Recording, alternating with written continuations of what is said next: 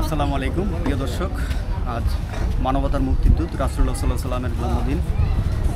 সব বড় ঈদ মুসলমান জাহানের জন্য অন্যতম একটি দিন। আর এই দিনটি উপলক্ষে আমাদের মতলব উত্তরের একলাসপুর লঙ্কারকে আলোকসজ্জার মাধ্যমে সাজানো হয়েছে। আপনাদেরকে তাই আজকে দেখানোর চেষ্টা করব। তাহলে চলুন দেখে নেওয়া যাক কীভাবে সাজানো হলো মতলবের উত্তরের এই সুন্দর দৃষ্টিনগরের লঞ্চ ঘাটটি।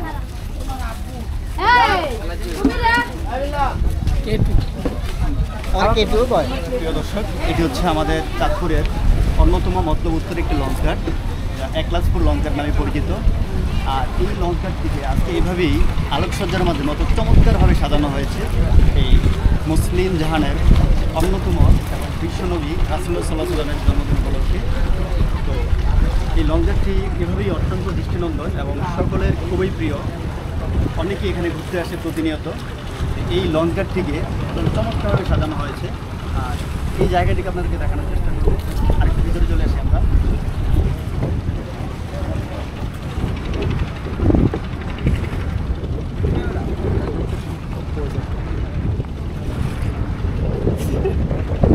আপনারা দেখতে পাচ্ছেন এটা হচ্ছে চাঁদপুরের বিখ্যাত মেঘনা নদী। বাংলাদেশের অন্যতম যে কয়েকটি বিশাল নদী রয়েছে তার মধ্যে অন্যতম হচ্ছে মেঘনা নদী। এই মেঘনার ইলিশ সারা বাংলাদেশে প্রসিদ্ধ। পদ্মা মেঘনার ইলিশ শুধু বাংলাদেশ নয়, সারা বিশ্বের কাছে অত্যন্ত চমৎকার। আর এই মেঘনার পাড়ি রয়েছে আমাদের এই চাঁদপুরের একলাসপুর লঞ্চঘাটটিকে।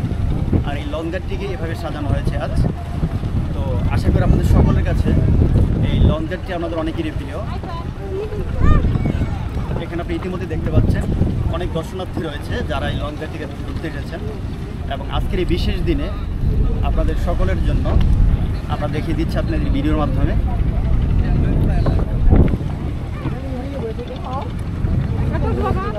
এটা হচ্ছে চাঁদপুরের বিখ্যাত মেঘনা নদী।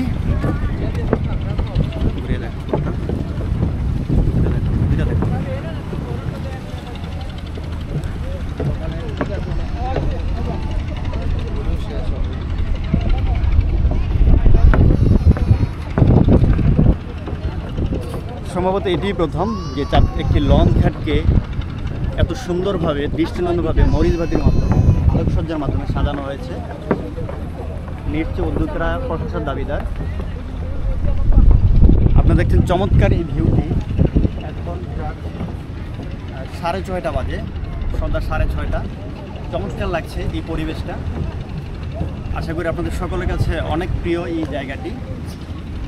চমৎকার এই জায়গাটিতে অনেকেই এখানে গোসল করতে আসেন এবং এখান থেকে চাঁদপুরগামী যে লঞ্চগুলো আছে তা এখান দিয়ে যায় ঢাকার সদরঘাটে। এবং চাঁদপুর থেকে ছেড়ে আসা লঞ্চ বরিশাল, ভোলা থেকে শুরু করে সব লাগে লঞ্চগুলো এই মেঘনা নদী পার হয়েই এই ঘাটটির মাধ্যমেই যেতে হয়। চলুন আমরা সামনে আরও কিছু দৃশ্যগুলো দেখি কীভাবে সাজানো হয় তারপর বিখ্যাত লঞ্চের থেকে।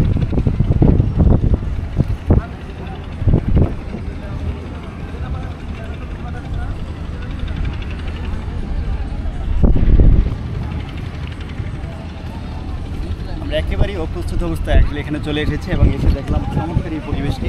আমার সাথে আছেন আমার আরও একজন ফ্রেন্ড ইমরান ইমতিয়াজ খান। ইমরান ভাই কেমন আছেন? এই তো আলহামদুলিল্লাহ। আপনার কেমন লাগছে এখানে ঘুরতে এসে? আমার কাছে তো মনে হচ্ছে চাঁদপুরের মধ্যে একেবারে বেস্ট একটা প্লেস হচ্ছে এটা।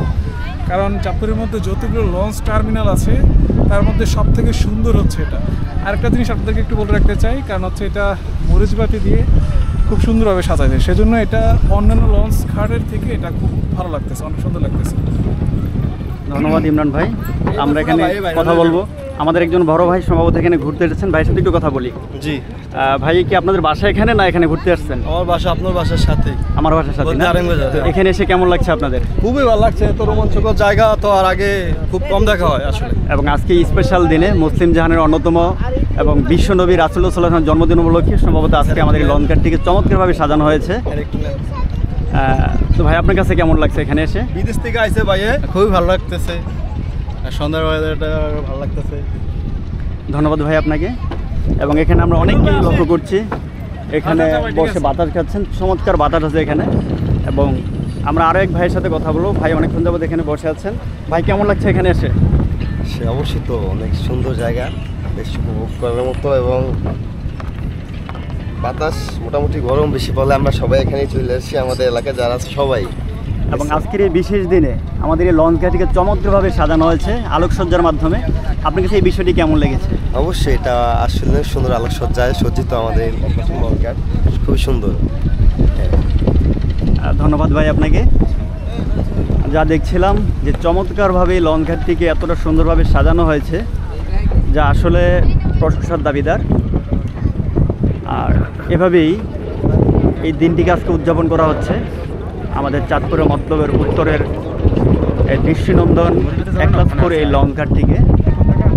অনেক আপুরা এখানে ঘুরতে এসেছেন ফ্যামিলির পরিবারের সদস্যদের নিয়ে।